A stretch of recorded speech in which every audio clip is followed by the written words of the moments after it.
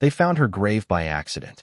A wooden box buried too shallow, bones thicker than any human woman's, wrists twice the size of a full-grown man's. The coroner's report was sealed, and the sheriff who signed it vanished before sunrise. Outsiders whispered she wasn't born, she was constructed. The locals in Coleridge County, Georgia, never spoke her name. When pressed, they simply said, "We didn't make her strong, we made her unstoppable." This documentary exposes the buried truth behind the most muscular female slave ever bred in Georgia, a woman whose existence was erased, whose strength terrified her owners, and whose rage became legend.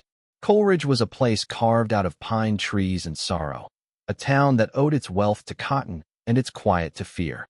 Plantations surrounded the church like loyal soldiers. Every family benefited, and every family stayed silent.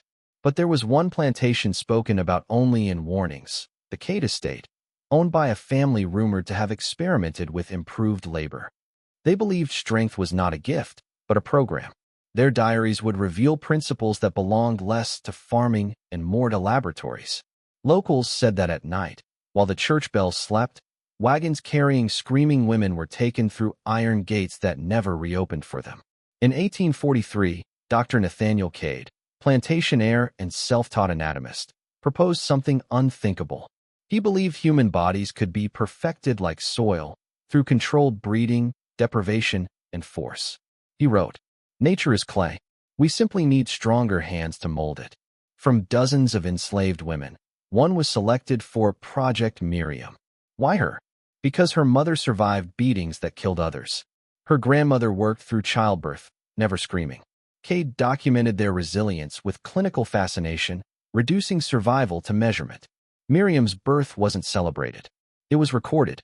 From infancy, she was treated as material, fed double rations, forced into heat that suffocated others, trained to carry logs bigger than her. No affection, no identity, no voice. At age 6, she lifted more than full-grown men. At 8, her fist shattered bone. At 10, she stopped a horse mid-charge. Plantation workers whispered she was not human strength, she was rage given muscle. The overseers who beat others refused to touch her. Her mother died before telling her anything except one forbidden sentence. "Your strength will save someone, but not you." Stories spread like infection. Neighboring towns heard of the giant child, the silent girl, the human ox. But the most chilling rumor, she never cried. Witnesses swore she could stare through a man like glass, as if measuring what breaking him would feel like. Some owners wanted to purchase her. Others wanted her killed. But Dr. Cade was not breeding a worker. He was crafting a prototype. The church was complicit. Pastors blessed the experiments as God's refinement. One sermon declared, "A stronger servant is his will. We are merely the tools." Miriam sat in the back pew, forbidden to join hymns. Congregation members shifted away, convinced her strength was contagious. The preacher told her, "A woman must be guided, especially one cursed with the power of a man." Yet she stared back with no fear, and that alone felt like blasphemy. On a humid night, thunder chewing the sky, an overseer dragged a crying girl toward the barn. Witnesses claimed Miriam heard the screams and walked calmly toward the door. The barn collapsed. Every rib of wood splintered. The overseer was found thrown across the field, spine bent, jaw split. The girl survived. Miriam didn't speak. She just stood there, breathing, like something had finally awakened. The incident didn't stop Cade, it fueled him. He believed Miriam's instincts could be controlled, directed, reproduced. He expanded the project, pairing her with chosen male slaves for future generations. What he didn't understand was simple. You can force a body. You cannot force a soul. Miriam refused. Violently. 2 guards lost eyes. 1 lost a hand. Blood became the language she was taught, and she spoke fluently. Whispers became panic. Children were kept indoors. Farmers traveled miles out of their way rather than past Cade's gate. Women in town said her spirit was a storm that didn't know where to strike, and that storms eventually choose. The sheriff visited and left pale, refusing to write a report. He said only, "Whatever you're breeding in there, bury it." Miriam began dreaming, or remembering. The memory of her mother holding her despite punishment. The rumors she overheard. Her grandmother was taken from another hidden farm. The strength was not a miracle. It was a lineage of stolen survival. She realized she was not a monster by nature. She was a weapon by design. Cade feared this realization more than strength.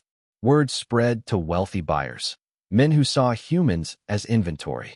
A secret auction was arranged. Miriam entered shackled with iron built thicker than cannon parts. They spoke about her like livestock, price higher than plantations themselves. One buyer asked, "Does it breed?" Miriam answered for the first time, "No." What followed was chaos. During transport, the wagon overturned. Every guard was found crushed. Not stabbed, not shot, crushed. Miriam vanished into the pines. People claimed she ran like prey, but moved like a hunter. The Cade legacy, ruined overnight. For months, towns hired hunters, dogs, trackers.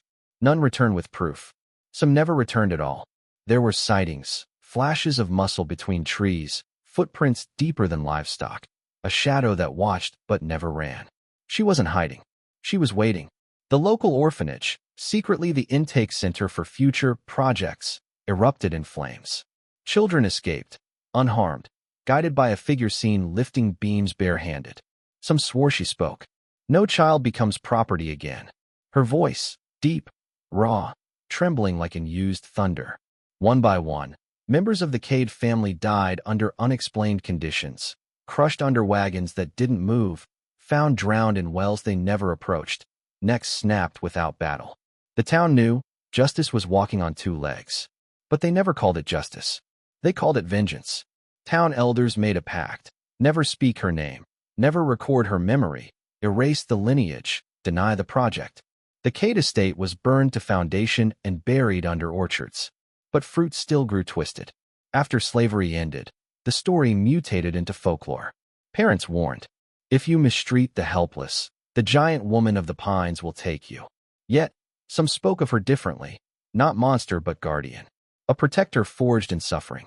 In 1987, workers expanding a highway unearthed a crude wooden box. Inside, bones far denser than average human remains, a shattered shackle still attached. Authorities sealed the file. Locals said, "You found her, and now she knows your names." Historians requested records, denied. DNA samples, lost. Witness testimonies, redacted. The most muscular female slave ever bred was erased from history because she survived history, and survival was the ultimate crime.